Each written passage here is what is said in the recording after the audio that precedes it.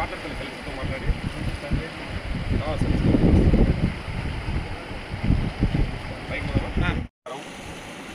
ఇక్కడ వచ్చినటువంటి రైతాంగానికి, మీడియా మిత్రులకు, పోలీసు వారికి, అధికారులకు అందరికీ కూడా హృదయపూర్వక నమస్కారాలు. 11వ తారీఖు ఉదయము అసలు చెరువుకి ఎటువంటి వాటర్ రాలేదు. నేను ఇరిగేషన్ అధికారులను ఆల్రెడీ ప్రతి చెరువు గురించి ప్రతిరోజు అప్డేట్ చేసుకుంటూ వచ్చాను. ఆ రోజు మధ్యాహ్నం వరకు ఎక్కడికి వాటర్ రాలేదు. అయితే అనుకోకుండా పడినటువంటి వర్షాల ప్రభావం వల్ల పైన ఎక్కడైతే పుంజు స్టార్ట్ అవుతుందో ఉప్పందరే ఊరకల్ మండలం నుంచి అక్కడి నుంచి అధిక వర్షం పడడంతో ఒకటేసారిగా దాదాపు 7,000 నుంచి 8,000 క్యూసెక్ల వాటర్ ఫోర్స్తో చెరువుకు రావడం జరిగింది. అయితే చెరువు సాయంత్రం 11వ తారీఖు సాయంత్రం 5-5:30 గంటల ప్రాంతంలో చిన్న లీకేజ్ అవుతుందని చెప్పేసి రైతులు డైరెక్ట్ నాకే ఫోన్ చేశారు.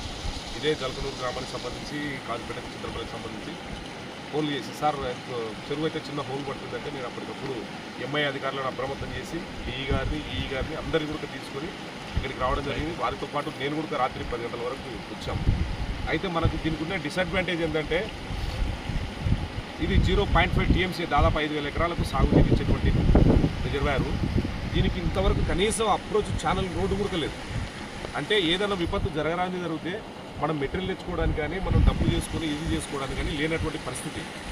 అంటే గతంలో ఉన్నటువంటి తప్పిదాల వల్ల కావచ్చు, అప్పుడున్నటువంటి అధికారులు పట్టించుకోకపోవచ్చు. ఈరోజు మనకు విపత్తు జరగడం వల్ల కారణం ఏంటంటే గడిచిన 5 సంవత్సరాల్లో వైఎస్ఆర్ కాంగ్రెస్ పార్టీ గవర్నమెంట్లో ఏ ఒక్క నిధులు కూడా మంజూరు చేసినటువంటి పాపాన పోలేదు. ఏ చెరువుని మెయింటైన్ చేసినటువంటి పాపాన పోలేదు.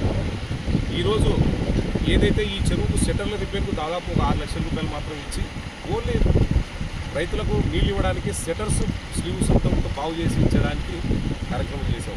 అతని నుంచి ఎక్కడ ఏం పని జరగలేదు. అయితే ఈరోజు ఇది ఒక బాధాకరమైనటువంటి విషయము.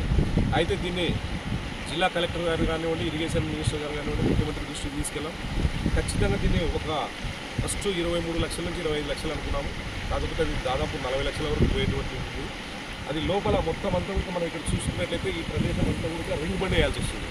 అంటే దాదాపు అంతా కూడా ఇక్కడ ఉన్నటువంటి లూజ్ ఛాయలంతా కూడా ఇది మనం ఇక్కడ వర్క్ చేయాలంటే కూడా కొంత సమయం పడుతుంది. ఎందుకంటే వర్షాలు తగ్గాల, డ్రై అయిన తర్వాతనే మనం ఇక్కడ వర్క్ స్టార్ట్ చేయడానికి వస్తుంది. గౌరవ జిల్లా కలెక్టర్ గారు కూడా ఈ పనికి సంబంధించినటువంటి మరమ్మతులకు సంబంధించినటువంటి నిధులు కూడా మంజూరు చేస్తామని చెప్పేసి తెలియజేసినారు.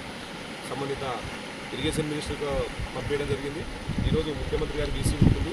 త్వరలోనే ముఖ్యమంత్రి గారి దృష్టికి తీసుకెళ్లి కలెక్టర్ గారు దీన్ని శాశ్వతంగా పరిష్కారం చేస్తారు. అయితే ఇక్కడ జరిగినటువంటి బ్రిడ్జెస్ వల్ల దాదాపు రైతులు 20 ఎకరాల వరకు నష్టపోయినట్లు మాకున్నటువంటి ప్రాథమిక సమాచారం ప్రకారం వాళ్ళకు కూడా ఎన్విరాన్మెంట్ ఇప్పించి నష్టపరిహారం ఇప్పించే ఏర్పాటు చేస్తామని చెప్పేసి ఈ సందర్భంగా తెలియజేస్తున్నాం. ముఖ్యంగా దాదాపు 20 నుంచి 30,000 బ్యాగులు, శాండ్ బ్యాగ్స్ మనకి ఇక్కడికి అవసరం అవుతుంది. అది తెచ్చుకోవాలంటే కూడా మీరు చూశారు, పాత్రికేయ సోదరులు కానీ, పోలీసు వాళ్ళు కానీ, రోడ్డు వర్షాలు అధికంగా పడడం వల్ల రోడ్డు రావడానికి ఇబ్బందికరమైనటువంటి పరిస్థితి. అయినా ఏది ఏమైనప్పటికీ ఇంకా గౌరవ ముఖ్యమంత్రి గారిని ముందు చూపుకొని దీన్ని మళ్ళీ రెక్టిఫై చేసి వాటర్ నిల్వ చేసి రైతులకు నీళ్ళు అందించే ఏర్పాటుకు కృషి చేస్తామని చెప్పేసి ఈ సందర్భంగా తెలియజేస్తున్నాం.